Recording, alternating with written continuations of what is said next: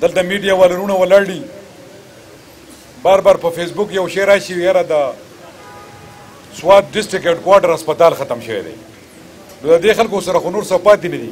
نو کله به ډسټرکټ هسپتال ختموي او کله به هیډ کوارټر هسپتال ختموي او کله به څه شی ختموي ما نه سید الرحمن یو تپوس کړی په دا کې موږ پلانټیشن کوو په ماندور کې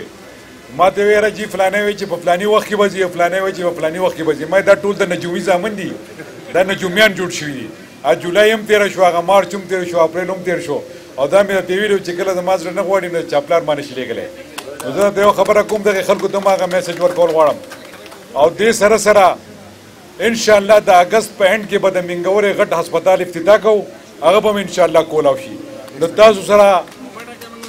چې تاسو سره د مټې هسپتال اپګریډ شوی دی انشاءالله د هغې پیسیون هم تیارېدو والا دی دا به هم د منګورې د لیول هسپتال انشاءالله چې د منګورې په هسپتال باندې لوډ کم شي د کابل هسپتال هم اپګریډیشن شوی دی انشاءالله د هغې به هم ډېر زر تر زره افتتاحګانې کوو او ستاسو دپاره فیډز او ټراما هاسپټل هم منظور شوی دی انشاءالله د هغې په کانجو ټاونشپ کې افتتاح کوو انشاءالله ولازي تاسو دپاره یو ډنټل کالج هم منظور شوی دی انشاءالله د هغې به په دغه میډیکل کالج په بلډینګ کې د ډنټل کالج افتتاح کوو انشاءالله ولازي داسې خبره نشته چې څه منظوریانې نشته یا څه کارونه نشته منظوري شوي ده خو په پروسس کې لږ وخت لګي د حکومت یو خپل طریقه کار وي دا خبرې مې ځکه ستاسو سره شیر کړې چې ستاسو په نوټس کې او بل د ټولو نه غټه خبره او د خوشحالۍ خبره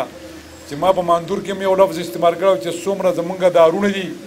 دا ایس پی اوز چې ورته وایي دا سپیشل کمیونټي پولیس شي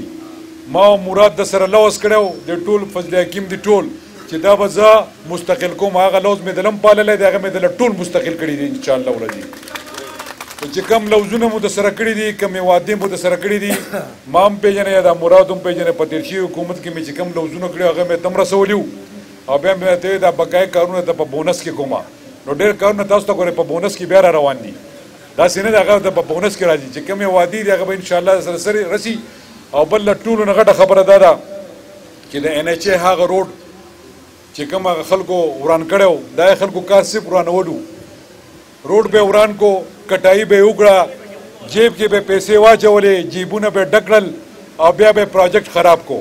هغه کم پروجیکټ چې هغه خراب کړی و هغه دې ځوان ټیک کړی دا د مخامخ ناست دی د کمیونیکیشن منسټر دی د مخامخ ستاسو د دې خاورې بچی دی